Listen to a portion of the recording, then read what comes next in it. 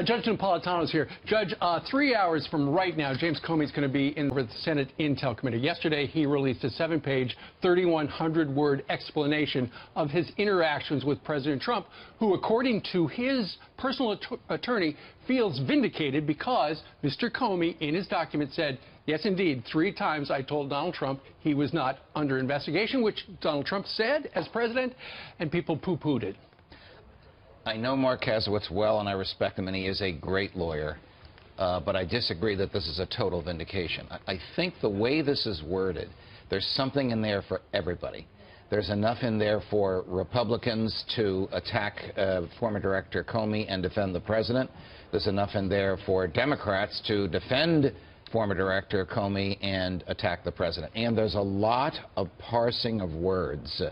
What was the president not being investigated for? Over the incident in Russia or over the connection between the campaign and the Russians? I would assume it's the collusion. However, do you have a fundamental problem, or do you think it's right for the Democratic picking for him to say, I'd like your loyalty, when it's been, you could say that he's asked that from everybody he's in the cabinet? You know, it depends on what he means by loyalty. And again, I don't want to sound like Bill Clinton. It depends on what the meaning of it is.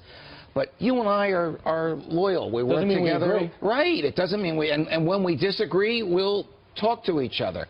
I thought that Director Comey's sort of transmogrification, a Kilmeade word... which I just used. Right. From loyalty to honest loyalty was very interesting. That's what we have.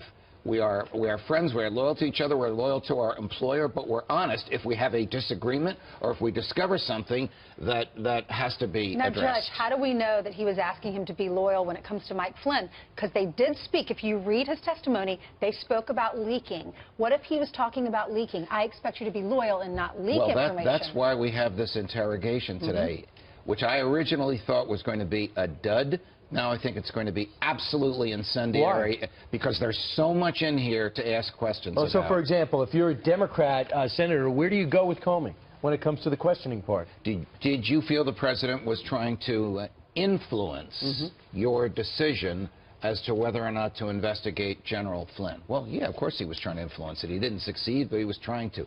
That's meat and potatoes for the Democrats. Remember... And for the Republicans? And for... You try to hurt his credibility, right? Right. You either try and hurt his credibility, or did the president say anything to you that made you do your job differently? No, I did my job as I was stunned when I was fired. I did my job as my conscience told me to do. Doesn't the fact that the president is not under investigation and the FBI director told him that 3 times, January 6th, January 27th, and March 30th, doesn't that mean that he didn't do anything wrong? No, you have to finish the sentence. The president was not under investigation for fill in the blank, for his concerns about those absurd allegations in Russia, for his involvement with the transition, for any communication with Russian intelligence. You have to fill in the blank. But what I want to say this, I do not believe that a strong case of obstruction of justice comes from this document. It's just not there. But this is not a courtroom in which you have to prove all the elements of the crime, because this is politics. And if you create the impression, if the Democrats can succeed today in creating the impression that Donald Trump inappropriately used the power of the presidency to protect his friends, then the president loses. If the Republicans can create the impression that Donald Trump was the chief executive officer of the federal government, is the person who runs and is responsible for and accountable to the people for what happens in the executive branch, and is entitled to tell the people who work for him how he'd like them to do it, then the president will prevail. Sure. And the mainstream media, and there have been a lot of leakers, have tried to present the impression that Donald Trump tried to stop the investigation. Yesterday on Capitol Hill, 24 hours before James Comey sits down, we had the top intel chiefs, and they made it very clear, Judge, and we're going to play a soundbite, they never felt the president pressured them to intervene in the Russia investigation. Listen to this. To the best of my recollection, I have never been directed to do anything I believe to be illegal, immoral, unethical, or inappropriate. And to the best of my recollection, during that same period of service, I do not recall ever feeling pressured to do so. I have never been pressured. I have never felt pressure to intervene or interfere in any way and shaping intelligence in a political way. He may not have felt pressure, but if he's even asking To me, that is a very relevant piece of information. And they did say that they would say certain things behind closed doors that they would not say in public. Now, you just saw both sides of the argument. Did he ask you to talk to Jim Comey about Mike Flynn? I'm not going to tell you what the president asked me. Were you ever pressured to do anything unlawful, inappropriate, or immoral? No, I never was.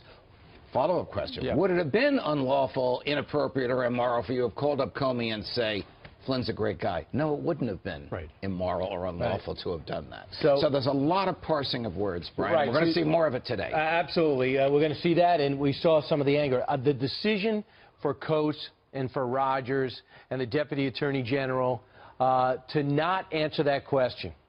Is there a legal grounds for them not to say, yeah, the president pulled me aside and talked to me, but I didn't feel pressure? Very upset, very unsettling and disheartening for me. Because Rubio was as exasperated as... I think Senator Rubio was correct. I think Senator Angus King was correct. If you're under oath and you don't want to answer a question, you have to give a recognizable legal reason for not answering the question, and they couldn't do it. Can we watch a little of that? Let's take a little of let's take a look at that sparring. Here's Angus King. Is there an invocation by the President of the United States of executive privilege? Is there or not? Not that I'm aware of. Then why are you not answering our questions? I feel it is questions? inappropriate, Senator. What you feel isn't relevant, Admiral. Why are you not answering the questions? Is it an invocation of executive privilege? If there is, then let's know about it. If there isn't, answer the questions. I stand by the comments I've made, and I don't mean that in a contentious way. Well, I do mean it in a contentious sir. way. I don't understand why you're not answering our questions. Mr. Coates, same series of questions. What's the basis for your refusal to answer these questions today? I do not believe it is appropriate for me to... What's the basis? I'm not satisfied with I do not believe it is appropriate or I do not feel I should answer. You swore that oath to tell us the truth, and today you are refusing to do so. What is the legal basis for your refusal to testify to this committee? I'm not sure I have a legal basis. He was honest. Well, what do you mean you decide? Senator King was, in my view, 100% correct, and the witnesses just didn't want to give an answer, and they do not have the liberty to do that without stating a legal basis. I commend Director Coates for saying, I don't have a legal basis, I just don't want to talk about it. Guess what? You're a witness, you took an oath to tell the truth. You don't get to decide what to talk about. The questioners do. Sure. So what do you think? What do you think? I think it probably. My guess is the answer would have implicated some national security matter, and they didn't want to discuss it in public. So there's something called the national security privilege. That's what their answer should have been. Why they didn't say that, I don't know. I also suspect there are some pieces of the puzzle that we don't know about yet, and we may learn about it from Director Comey. Robert Mueller's coordinated with Comey. What does that mean? Absolutely rational to do. Here, think of this. Comey's the prosecutor. Mueller's the prosecutor. Comey is a potential star witness in some forum, a grand jury, a trial jury, a House investigation committee. You really going to let your star witness go out there and blab under oath and not regulate what he said, or are you going to go over with him ahead of time what you want him to say and what you don't want him to say? Think of Mueller as Comey's lawyer. Perfectly appropriate. He's going to pass on some questions. Correct. If they didn't collaborate, that would be very bad lawyering on the part of both of them. All right. Thank you, Judge. It'll be an exciting day. I got to tell you. I know, absolutely. All starts 2 hours. I brought a change of clothes, Brian. I don't know how long I'm going to be here. I'm just going to change ties. Absolutely. Thanks for that. There's a shower right behind. Thank you.